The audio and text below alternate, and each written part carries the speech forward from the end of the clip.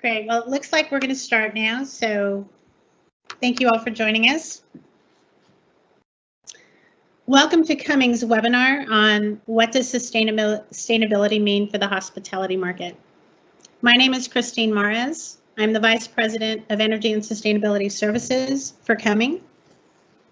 I've been involved in the building industry for over 29 years, starting out as an electrical engineer in the energy utility industry, managing design, construction, and operations. Over the course of my career, I've managed large public agency capital programs and major commercial projects. But 10 years ago, I chose to refocus my efforts and my passion towards sustainability, towards climate action and resiliency. And now I have the good fortune to oversee an exceptional team of sustainability professionals here at Cumming. We're very excited to present this webinar to you all today. Especially welcome to our hospitality partners and industry colleagues that are joining us. Next. In the first part of our presentation, we will outline how sustainability initiatives can be integrated into and benefit hospitality operations and brands. We'll focus on case studies and then open it up for questions at the end. Although I encourage all of you to please feel free to use the chat to put your questions in, and we will sort through them throughout the presentation. With that, I'd like to introduce the rest of my presenters.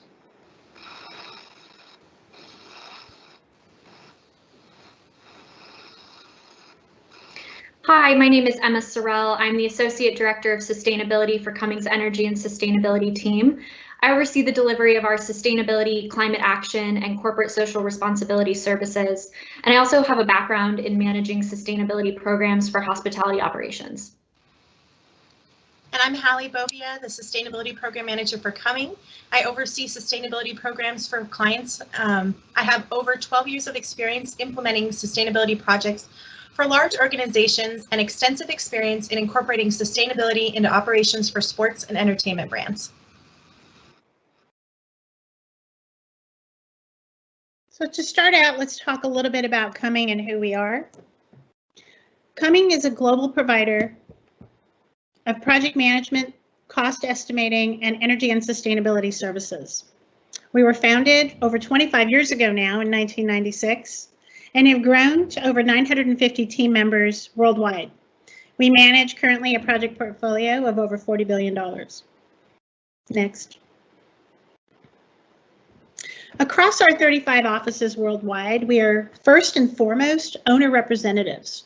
We guide our clients from project planning through construction and operations, along the way integrating energy and sustainability service into every phase of the project. I'd like to talk about our core services just for a moment, so you get an idea of the breadth of how far sustainability and energy work throughout our organization. Next. When we deliver core services, we focus on each of 4 areas. Energy and renewable energy management, where we focus on creating high performance buildings, energy efficient buildings. We use commissioning and retro commissioning to tune up existing building systems and to assure owners that the investment they're making in the design and specifications will come to fruition in high performing buildings. We also look to new technologies for energy, for renewable energy and battery storage and microgrids. Moving on to sustainable infrastructure planning, this is where we focus on green building design, healthy buildings, and certifications for those buildings. Always keeping an eye on our third category of climate action and carbon reduction planning. As this industry moves forward and as our country and the world move forward into climate change and climate action, we are looking to develop strategic goals for carbon neutrality. And we'll talk more about this later in the presentation. And finally, and maybe most importantly, everything is under the umbrella of corporate social responsibility, where we focus on sustainable purchasing policies and social equity and inclusion. Next.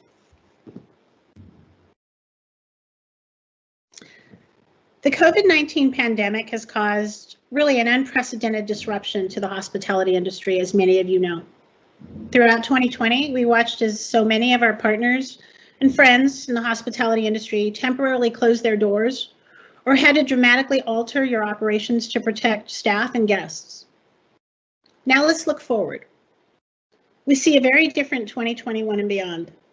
And this is due to several converging events and factors. But in my opinion, it's the beginning of a long but rapidly accelerating transition and recovery. Next slide.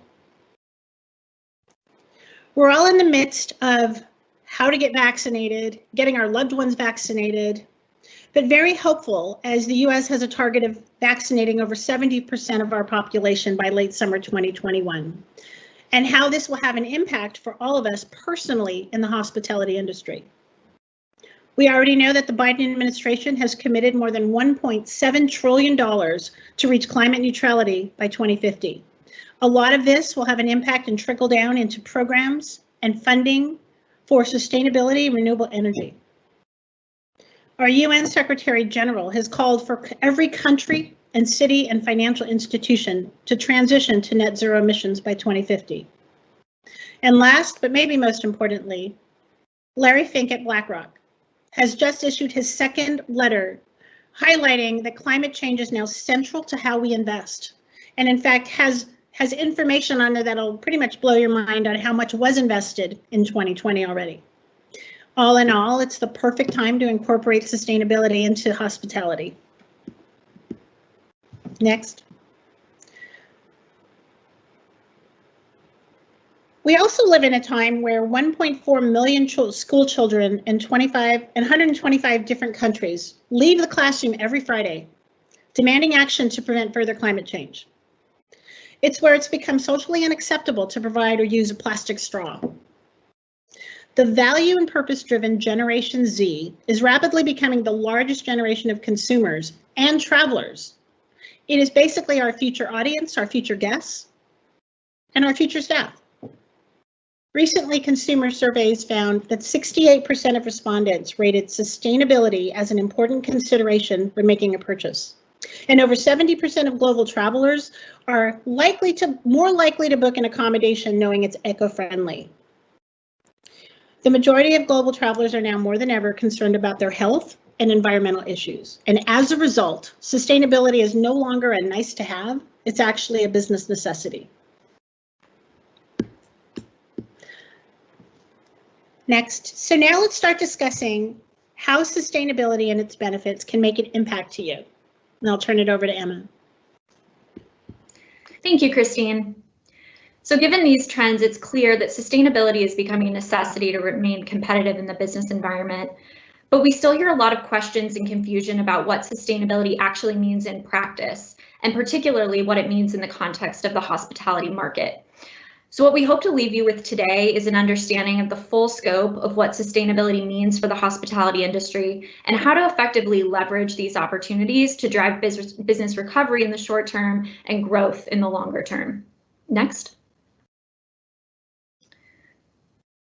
So there are many different definitions of sustainability out there, but at its core, sustainability is a principle that seeks to find balance between environmental, social, and economic factors. In practice, though, we're proposing a framework for implementing sustainability in hospitality that comprises the following 4 pillars. Pillar 1 is healthy buildings. Pillar 2, green buildings and operations. Pillar 3, social sustainability. And Pillar 4, supply chain sustainability. We're going to walk through each of these pillars and discuss best practices, industry trends, and how to leverage the greatest value from your efforts across these 4 areas. Now, we've already discussed how sustainability is becoming integral to attracting and retaining new customers. And of course, that's a key benefit unto itself. But sustainability can deliver a wide range of additional benefits for hospitality properties. And we're going to talk about those along the way, but they include cost savings, enhanced health and safety for your guests, increased brand value through marketing your sustainability initiatives, and ultimately providing an elevated guest experience. We recognize these 4 pillars may look daunting. They cover a lot of ground, to be honest, but this is really a comprehensive definition of sustainability for hospitality, and you don't have to do everything at once. Implementing sustainability should really be viewed as an iterative process focused on continual improvement over time. So we encourage you to use these 4 pillars as a framework for assessing your current sustainability efforts and planning for program expansion, whether you're brand new to sustainability, or you're ready to take your program to the next level. I'm going to hand it off to Hallie, who's going to take us through the first pillar of healthy buildings. Thank you, Emma. So our first pillar is healthy buildings. And with the pandemic, we're finding that this pillar is the most pressing for both guests and properties. Next slide, please. Healthy buildings are the new minimum, and while wellness has been trending as a hospitality amenity, the pandemic elevated the importance of holistic health and wellness to an all-time high. 79% of travelers indicated that they will take more precautions due to the coronavirus, but they are looking to the travel industry to help them prepare for a new normal. Indoor air quality is a top concern for travelers during and after the pandemic, and it's really important that you're thinking about implementing strategies to enhance ventilation and air filtration through technical improvements, including heating, ventilation, and air conditioning retrofits. These can deliver higher air exchange rate and provide cleaner air for guests and employees more efficiently and cost effectively. Adding HEPA, or high efficiency particulate air filters, also can make a really big difference on indoor air quality. And another option that is a little higher tech is germicidal lighting, which emits UV light that safely neutralizes or kills disease-causing pathogens, as well as molds, fungi, and bacteria in the right dosages.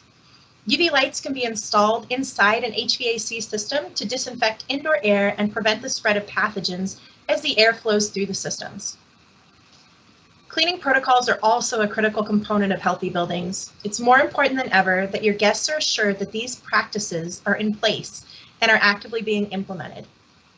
Many of you have already implemented internal cleaning, enhanced cleaning protocols, but you can also obtain the Global Biorisk Advisory Council, or GBAC Star Accreditation. This is the cleaning industry's only third-party accreditation for outbreak prevention, response, and recovery. Notable GBAC Star accredited hospitality and entertainment properties include Hyatt, Hilton, Level Hotels, AT&T Stadium, Hard Rock Stadium, the Staples Center, and the Anaheim Convention Center. Additionally, in April 2020, Hyatt announced the adoption of GBAC accreditation as part of their Global Care Plus cleanliness commitment standard for all Hyatt properties. And you can see a nice little example of the Hyatt House in Augusta, Georgia, there as being a GBAC Star accredited facility. Next slide, please.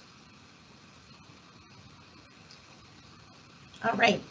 Healthy building and wellness certification programs can build public confidence and provide an important wellness operation roadmap by establishing standards for healthy, safe, and resilient properties. We're seeing an increase in the number of properties and brands that are adopting these standards. Hospitality wellness as a concept is really moving beyond the spa amenities to include health and fitness and even mental wellness. So comprehensive wellness certifications such as WELL and FitWell are also becoming critical to property marketing strategies in a post-pandemic world. I'm sure we've all seen the great new ad out for the WELL certification. You know, the one that was directed by Spike Lee, starring Lady Gaga, Jennifer Lopez, Michael B. Jordan, Robert De Niro, Venus Williams, and even a former Surgeon General of the United States. We would expect that the WELL certification will only become more mainstream over the upcoming months. Next slide, please. All right, so here's the difference between these standards. WELL is the most comprehensive health and wellness certification. It provides the greatest number of strategies to improve employee health and wellness. However, the fees for certification are high due to the required on-site verification. FitWell is not quite as comprehensive as WELL, but is a little lower priced. The certification focuses more heavily on the health and wellness aspects of an existing building and its site, like walkability and its location, building indoor air quality policies, and access to exercise. And RESET is a third certification that approaches health and wellness certification from a different perspective by focusing on measured results for indoor air quality. RESET introduces mandatory sensor specifications, performance tracking metrics, and indoor air quality thresholds. Air quality is constantly being monitored and reviewed annually by the certification body. All right, now I'm going to turn it back over to Emma, who's going to introduce our second pillar. All right, so our second pillar is green buildings and operations. And this is the largest of the 4 sustainability pillars for hospitality, and it focuses on mitigating the environmental impact of hospitality operations across their entire life cycles, including how they are designed, constructed, and ultimately operated and maintained. So the green building and operations pillar encompasses a number of different areas. Next slide. The first is green building design and certification, energy, climate action and resiliency, water, solid waste, and transportation. So the strategies under these categories are generally considered low-hanging fruit for sustainability, and they're going to be really effective in reducing your environmental impact, but they can also produce significant cost savings through improved operational efficiency and system performance. Next. For green building programs specifically, if you have one, it's great. If you want to develop one, that's even better. They should optimize the performance across your property's entire life cycle. You want to go from design to construction to operations and maintenance. And one of the most effective ways to implement these programs, and as you can see, there's a variety to choose from, is to integrate these elements into your brand standards. One of the benefits of using these certifications is that they allow you to work from a comprehensive framework that already has established standards in all areas that are important to sustainability. They will aid you in the decision making for the goals, the best practices, innovation, and how you can recognize exemplary performance by getting your staff involved in really the certifications and operations itself. Next.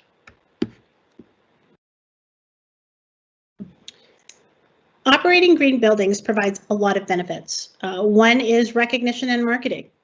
Being able to have your operations so effective and so visible to guests walking through the door. Branding, increased property values. A lot of brands are seeing the value in achieving green building certifications to the extent that, for example, Marriott is committing to certify 100% of their properties through a green building standard by 2025.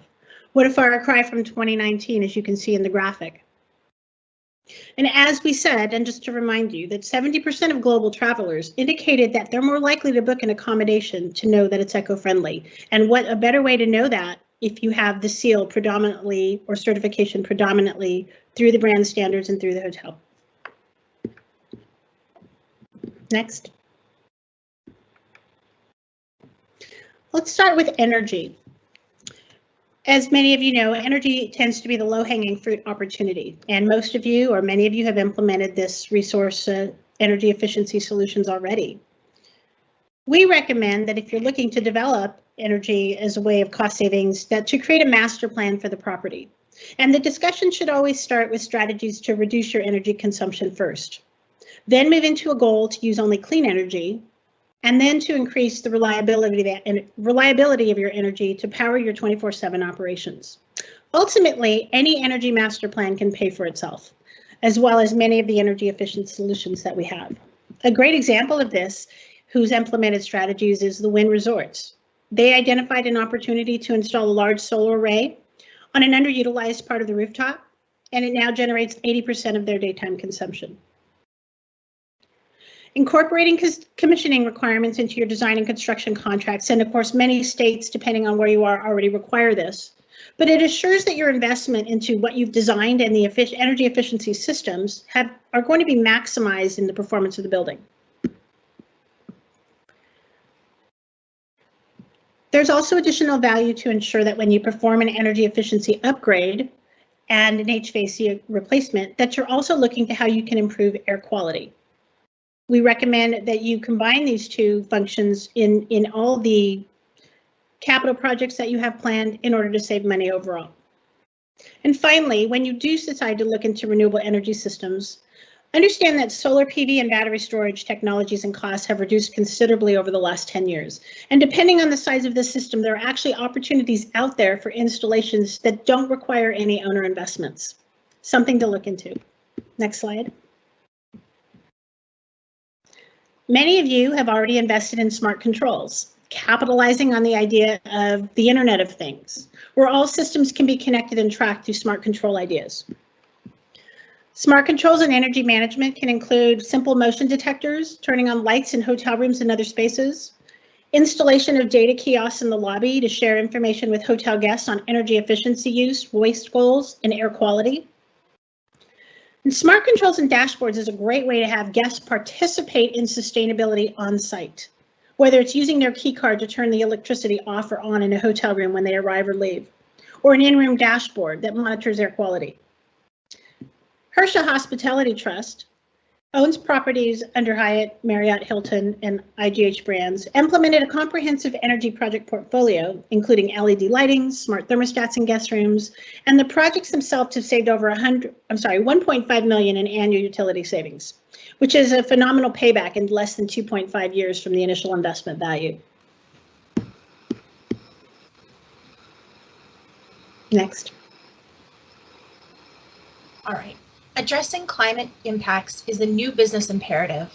As we mentioned earlier, investors such as BlackRock are now setting expectations regarding climate action and expecting their investees to disclose plans for transitioning to a lower carbon economy. Your property's climate impact is a direct reflection of its resource consumption and practices across all operational categories, including water, waste, energy, transportation fuels, etc. Meaning that resource conservation in these categories results in a reduced carbon footprint. Addressing carbon reduction and climate resilience through building design and operations makes properties more environmentally responsible, more profitable, and healthier. Greenhouse gas emissions inventories reveal critical insights about business operations, enabling properties to identify opportunities to reduce their carbon footprint and operating costs while increasing their efficiency and resilience. Addressing climate impacts can help brands differentiate themselves in the marketplace, protect properties against climate change risk, and make them more effective stewards of the environment. Now, many of you have already announced climate commitments. Hilton, for example, has committed to reducing their carbon emissions 61% by 2030. As the sustainability maturity of both brands and consumers increases, ambitious properties and brands are looking to achieve net zero status, meaning they will generate a net total of zero carbon emissions by generating as much electricity as they consume. In addition to tracking climate commitment performance, properties and brands should also publicly and routinely report out on their progress. This serves as a means of accountability, but also can enhance your reputation and brand in the marketplace, especially as corporate responsibility and ESG requirements become more prevalent. Next slide, please. Okay. The impacts of climate change are ongoing and will intensify, so properties should also consider design principles and operational activities that increase their resilience to those impacts and enable them to operate successfully in a changing world. Think of this as risk management and business continuity for climate change. Increasing your property's ability to withstand and recover from the impacts of climate change, including extreme weather events like hurricanes, floods, heat stress, fires, extreme winds, and sea level rise. Resilience strategies apply not only to your physical properties, but also to the infrastructure and utilities that serve them. We recommend undertaking comprehensive resilience and climate vulnerability assessments to identify hazards and areas of high risk and work accordingly with internal and external government, corporate, and community partners to address those vulnerabilities. Adopting resilient strategies can help properties avoid utility and other business disruptions, as well as prepare to serve the community during disasters. Both entertainment and hospitality properties may be tasked with supporting and housing members of nearby communities in the case of any acute shocks like floods, hurricanes, storms, making it necessary and increasingly important from both a brand and a community perspective for the property to invest in resilient strategies. Next slide, please. All right. When addressing water and hospitality, it's important to remember that between a property's showers, restrooms, laundry, restaurants, pools, cleaning, and landscaping activities, water consumption is extremely high. As a precious resource, excess water consumption not only has serious environmental ramifications, but is also expensive. Properties should consider sustainability strategies addressing water resource use across the following three categories: conservation and efficiency, landscaping, and water capture and recycling. Water fixture upgrades and evaluating cooling tower use and cycling may provide opportunities for reducing water consumption. Additionally, conservation initiatives like the Hang the Towel campaigns engage guests and reduce consumption. While these actions are small individually, these initiatives have large impacts due to the considerable volume of guests who opt in and participate. Landscaping choices can also have significant impacts on water consumption and regional water quality. Landscaping with negative and drought-tolerant species, installing drip irrigation systems, and using smart weather-based irrigation systems are all ways to effectively reduce water consumption from landscaping. Many properties are exploring ways to integrate water capture and recycling into their landscaping and building designs. For example, the Grand Hyatt in Atlanta uses a stormwater collection system and reuse system in their cooling towers. So water is collected from the flat roof and their beautiful Zen garden and is filtered and diverted to storage tanks, which are monitored and used for their cooling towers. All right, now Emma is going to cover the next green operations categories. All right, so our next category within the green buildings and operations pillar is solid waste management. And solid waste is one of the most visible sustainability programs that properties can implement, and efforts like recycling often function as a visual signal to your guests of your broader sustainability commitments. Because waste management requires hands-on participation, initiatives like signage and training are incredibly important, and a lack of adequate staff training or guest engagement can actually function as a failure point for your program. Engaging your vendors in your waste program, including your waste hauler, is also really important and sometimes overlooked. And this is a big opportunity. Consider what materials your vendors bring on site and how they dispose of those materials. There may be opportunities to work with your vendors to make their packaging or their delivery systems less wasteful. You can also write your hauler contracts to include waste management support services like waste assessments or staff training that are going to help you achieve your waste goals. So when it comes to waste, one of the very best practices is making a zero waste commitment, meaning that you're diverting 90% or more of your waste from landfill. And achieving zero waste relies heavily on waste prevention and sustainable purchasing. And these all support the concept of circular economy, which is a kind of a trend in the industry right now. You may be hearing that term. That means it's a goal to keep materials in circulation to be either reused or recycled. So one of the big trends we're seeing right now is the elimination of single-use plastics, such as straws and plastic water bottles or individually packaged toiletry amenities. And these all are in that same vein of waste prevention and circular economy. So many brands have announced commitments to eliminate single-use plastics over the next couple of years. Accor is just one example here. They're eliminating all single-use plastics by the end of 2022. And we've heard Hilton and Six Senses and many others have made very similar commitments. And last but not least, your sustainability program should be branded. And this is going to be really effective in promoting your program, which will help you gain recognition, but it's also going to make your program more effective because it will generate buy-in and participation both amongst your internal staff and with your guests that you're going to be somewhat reliant on for ensuring your solid waste program is effective. Next slide. So we want to talk a little bit about zero waste. Zero waste is the future, and an effective zero waste strategy really has to look at the whole life cycle of material. So the first step is to focus on waste prevention, which requires considering what's being brought onto your property through the procurement process. Next, you want to look at material reuse opportunities, such as donating used furniture or toiletries. And this is a great program. We've got a photo here from the Chumash Casino and Resort, which has achieved a true zero waste certification. They participate in a program called Clean the World that recycles used soaps and amenities into repackaged hygiene products for those in need. This is a great zero waste strategy. And for any waste that's already been created, we want to prioritize diverting it from landfill through recycling and composting efforts. And as I'm sure you've realized, one of the biggest sources of waste tends to be large events like conferences and weddings. So establishing effective waste management strategies for those types of events is going to be really critical for achieving zero waste. There are a lot of sustainable event standards that you can implement as a framework. ISO offers a sustainable event management system framework, which is gaining a lot of popularity right now, and it's actually being required for any participation in the Olympics and World Cup events. Next slide.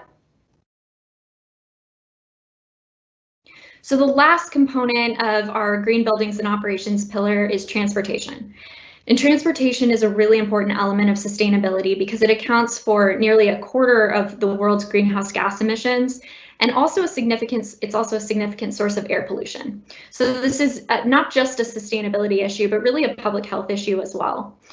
So one of the most important areas that properties need to be paying attention to right now is the increase in electric vehicle adoption. EVs are going to be reaching critical mass over the next couple of years, so offering charging infrastructure may be essential for attracting guests and getting them to come to your property. If they've got an electric vehicle and you don't have charging, they may not be able to come to your property. So, and for those of you who watched the Super Bowl last weekend, this is a picture of Will Ferrell from the GM commercial. It might look familiar. The ad highlighted GM's commitment to releasing 30 new electric vehicle models between now and 2030.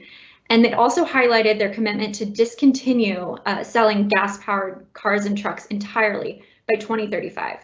So this is really indicative of the accelerated trend toward electrification that we're seeing across the car industry. And as a result, we expect there to be increased funding and incentives available to support the installation of EV charging infrastructure over the next couple of years. So that's an important opportunity to be aware of and take advantage of. The next area of opportunity for properties is electrifying your operational fleet vehicles and equipment. So there are electric alternatives for almost every vehicle category at this point and all of your equipment.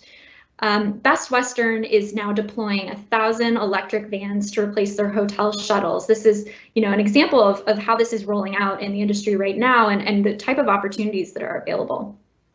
And electric vehicles typically have a lower life cycle cost than gas-powered vehicles. So while you may see a higher purchase price, ultimately they offer a really compelling return on investment.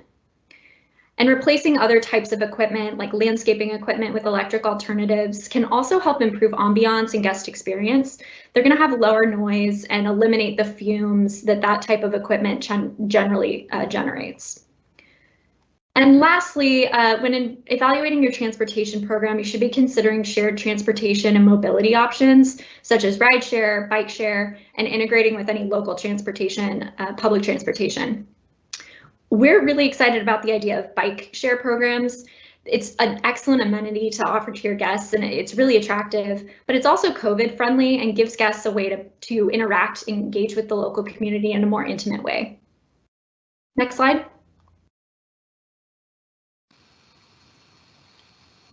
All right. At its core, hospitality is about people and providing them with a safe, hospitable, and positive environment. As the hospitality sector aims to be increasingly sustainable, it should direct its focus to not only address ecology and economy, but incorporate society. This third pillar covers both the physical environment and human systems which are intertwined, as what happens in our natural and physical environment has a significant bearing on our livelihoods and lived experiences, and such impacts differ in magnitude among and within communities. On the next slide, I'll dive into how seeking to understand these impacts upfront through inclusive planning and authentic engagement can create shared value between guests, visitors, employees, suppliers, and surrounding communities. Next slide, please. Thank you. Social sustainability reminds us both how and why it is crucial to build more prosperous, equitable, and resilient destinations. When we consider the impacts of our decision-making in both process and outcome, we have the opportunity to substantially advance or hinder equity within our communities. When we ask questions about who is not at our decision-making tables and who is, and what systems have led to that outcome, we have the opportunity to build trust, support, and create shared value within networks who surround and influence the experience at our destinations. When we build programs and procedures, both internally and externally, that are robust, actionable, and have accountability ingrained in the process, we see the returns on our investment in the quality of service and guest experience we are able to provide. On the next slide, I'll dive deeper into the details about specific areas of influence within the social sustainability pillar. Next slide, please. Social sustainability encompasses a lot, but you can see we've broken it out here into 4 areas of influence that can give you a starting place to conceptualize what opportunities are available or may be most pressing based on the specific needs and interests of your stakeholders and your shareholders. These opportunities may be brand new, or they may be enhancements to processes you already have in place. You may already have policies in place regarding diversity, equity, and inclusion, but maybe consider what can be done both top down and bottom up to ensure these procedures are actionable and are being tracked and measured. Focus on how you can foster ownership of these activities. Maybe you have required training you do for your staff. Are there opportunities to enhance your training, or perhaps even offer training to the community? When you're collectively reimagining and reinventing a public space with stakeholders, it gives the space purpose in a deeper and more meaningful way. A great example of how these areas of influence can work together includes Disney's Aulani Resort. When designing the Aulani Resort, Imagineers worked closely with the community to learn about Hawaii's rich cultural heritage. As a result, the resort is filled with authentic Hawaiian stories, artwork, and tradition. And they even offer a complimentary guided walking tour that showcases the artistic and cultural influences found at the resort, from the interior design and architectural details to the contemporary Hawaiian art pieces that are shown in the picture on the slide. Next slide, please.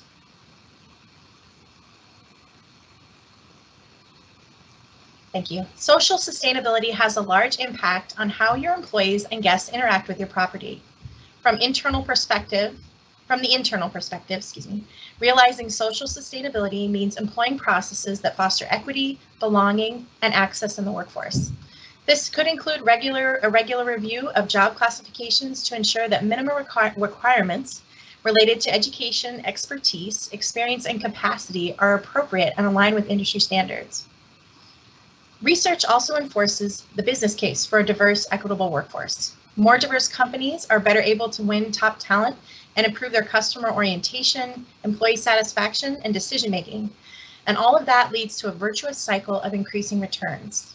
When you have happy and valued employees, it directly correlates to guest experience and community perception. An example here is Wyndham Resorts. Wyndham has won awards for their work in inclusion and launched a regional Inclusion by Wyndham initiative. The team identified associates across the business to serve as inclusion ambassadors who champion inclusion-specific initiatives within their location or business unit to foster a sense of belonging across the broad base of diverse associates. Next slide.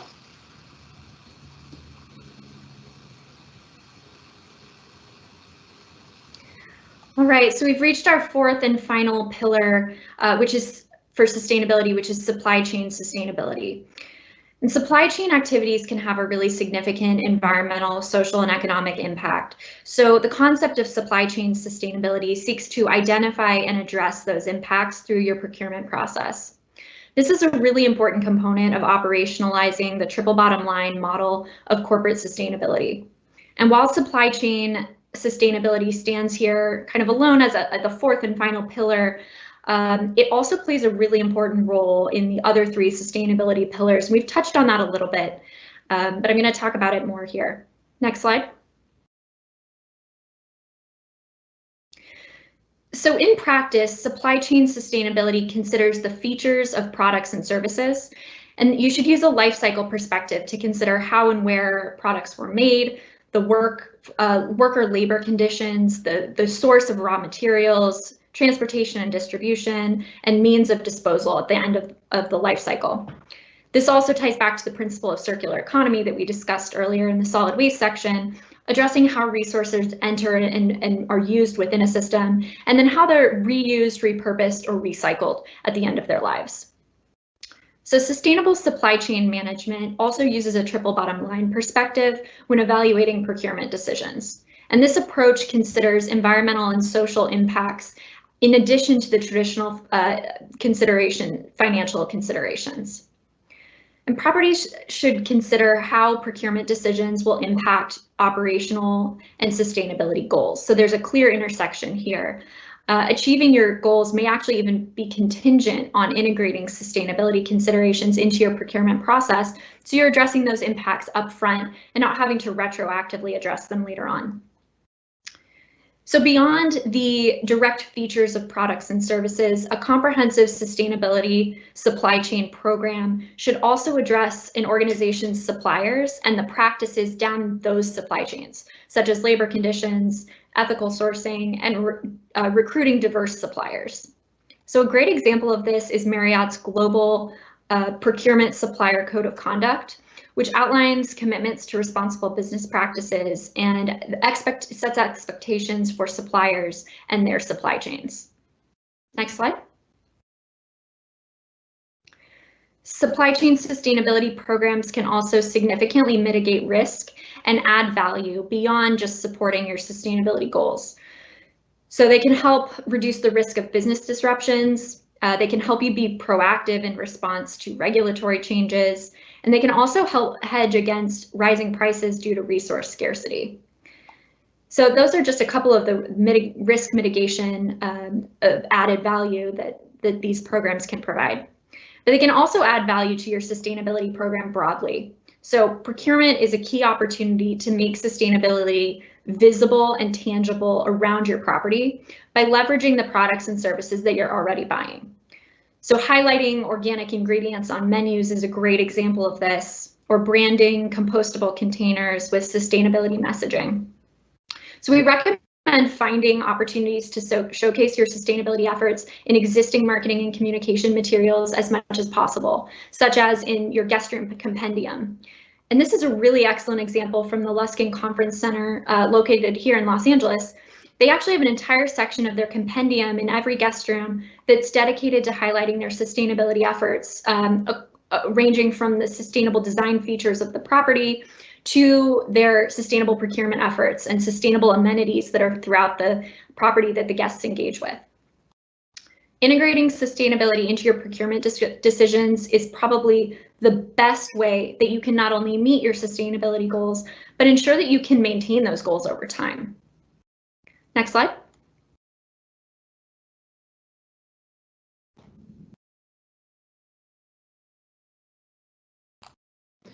Now we'd like to talk about sustainability as a value proposition. Next slide. Sustainability has become really an expectation for our clients worldwide. A couple examples of this is that the Vice President of Corporate Responsibility for Intercontinental Hotel Group stated he's observed sustainability issues being present in more than half of all the requests for proposals.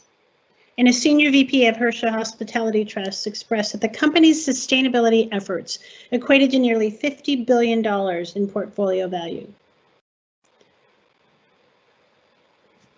We recommend that you take action now to serve those consumers who are selecting more sustainable options between other comparable hotel brands and prices. And we hope that the information we provided for you today will help you along your way. Next slide. Now, as many of you are probably asking, and many of our clients do, is where do I start? I know we went over a lot of topics today, and we'd like you to be able to forward that conversation. And how you can do that is we just released a white paper which tracks specifically the 4 pillars of sustainability that we've outlined today and offers you the first tool for you to be able to understand and dig down a little bit more. Secondly, we have an in-house sustainability toolkit that we created just for our clients to help them get started, that helps you prioritize some of the areas in which are important to you and the brand. The white paper will be available on our website, and we plan to send an email link out to all of you in the next few days that will show you how you can obtain those. Now, I'd like to move to the question and answer part of the webinar. We've been tracking some questions that we received in the chat.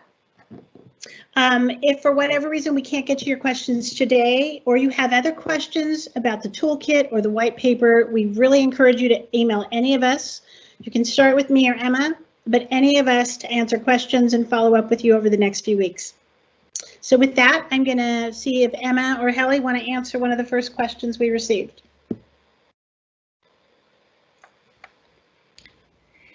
Yes, I will. I see a question about What are some ways to market your healthy or green building certification? So I think there's a couple of different ways that you want to approach this. The first is you want to make sure that that information is available to prospective guests before they ever arrive on the property. So one of the ways that you can do that is by integrating that information and highlighting that on your booking platforms as in the description of the property and some of the key highlights. So that's before the guests come in the door. Once they're on property, having a plaque or some sort of other information actually on the building or at the front desk is a great way to highlight that. And you should also include your certifications in any other marketing materials, both around the property and on your website. So we encourage you to integrate sustainability information into existing marketing materials rather than having standalone materials. And the reason for that is that we find those materials are more visible to a large number of guests because people are going to be looking at the compendium or the online website. So having sustainability integrated into those existing materials is the best way to get that information out there. I'd like to jump on and tag on at the end here. I think another opportunity is that if you really integrate these sustainability initiatives in with your staff and the staff feels like they own part of it, they are walking, talking, marketing for these programs. So if they have inherently embraced the sustainability efforts that you're doing, it'll be part of what they do and part of what they communicate as they interact with guests throughout the property. Great. There's another question. Let's see. I'm going to start this question actually. How can hospitality brands avoid common pitfalls such as greenwashing? And secondly, how should brands go about vetting products and I lost it, products, shoot. Okay. And services. Yeah, products and services. Thank you, Hallie. I'll start and then Hallie can pick me up at the end. One way to avoid greenwashing, and I'll use the example of a hotel client that has certified all their hotels in one of the green building certifications. And for them, it wasn't really enough to just get the seal. Coming back a year later, they really want to know that their staff is applying and complying and aligning with the standards. As you know, this next generation of consumers, the greenwashing is not going to pass. And you know, they want to see it, they want to feel it, they want to ask questions about it if they're going to spend their money with you. And with that, I can turn it over to Hallie and she can elaborate a little bit more. Yeah, I think then there's a lot of surface level initiatives that are good starts, but they cannot comprise an in-depth program. And I think that scrutiny is increasing. Just as, you know, the type of reporting that we're starting to see for CSR and ESG reports are going to become more and more detailed. So you're going to, properties are going to have to actually make real efforts to mitigate their climate impacts, their greenhouse gas emissions. It's not going to be able to just kind of put a bow on an initiative or a marketing piece. It's going to go way beyond that. And that's going to be required, I think, in the new reporting standards. So that's one piece. And then the other thing is, I think as you look comprehensive, it is really great to have a comprehensive sustainability program, but you'll be able to kind of look through, if you look through our white paper, there's examples of digging deeper and finding the next step or the next level of your sustainability initiative. So benchmarking against that and then looking at different measures will help you with that. Okay, moving on to the next question. In the wake of COVID-19, what healthy building strategies do you recommend those in the hospitality sector prioritize to instill feelings of trust and safety for the guests? And I'll let Hallie start with that. So it's incredibly important, I think, for a couple of reasons to really go back to indoor air quality is what's going to be the most important item to address. And the way your air systems move, people are going to feel more comfortable if they feel like they have their own air versus the reality of exchanges throughout a property. So making sure that that is incredibly addressed, and then you have to communicate that as well. Communicate the air standards, communicate your protocols for those things. And a lot of you are really doing a great job in this space already. And then enhancing that with adding to that, the enhanced cleaning protocols will really make a big difference. But it is about also communicating those, because it's not just about what you're doing. You want to obviously do the best you can, and you want to not only protect your clients, your guests, but also from a risk management perspective, you want to make sure that you are doing the most you possibly can to help prevent, the risk of any outbreaks. And so communicating that will also bring guests' comfort level up quite a bit. And then a question for Emma. How do I start engaging my vendors in sustainable procurement strategies? Yeah, that's a fantastic question. So I think the place to start is to approach your existing vendors and actually just have a conversation with them, because I think you'll be surprised at what they're able to offer in terms of sustainable alternatives, whether it's an alternative product or alternative service options. We're finding that vendors are quite savvy to this at this point, and having that initial conversation is going to open a lot of doors. Once you communicate your interest to your vendors about having more sustainable alternatives available to you, that's an incredibly powerful starting point. So I encourage you to start there. Once you determine what your existing vendors are able to offer, if they're not meeting the mark for what you're looking for, then the next phase would be to obviously look for alternatives. And writing specifications and technical specifications or product or service specifications or standards that include sustainability criteria is the next phase. And going back to the question about greenwashing, I think from a product or service level, one of the best ways to avoid greenwashing is to prioritize products or services that have some sort of third-party certification. So a great example for cleaning chemicals is Green Seal. So you can look for, a chemical that's Green Seal certified. It's been evaluated and certified by a third party against rigorous criteria. And there are a wide range of certifications out there that are very reputable. It is important to avoid greenwashing, and part of that is staff education, so that your team members who are putting together procurement documents or responsible for fulfilling orders, they have some education in this space, and that takes time. It's not going to happen overnight. But like I said, a really good strategy is looking for those third-party certifications, because they're essentially doing the work for you. And you can feel confident knowing you're getting a product that actually delivers on its sustainability or environmental claims versus greenwashing.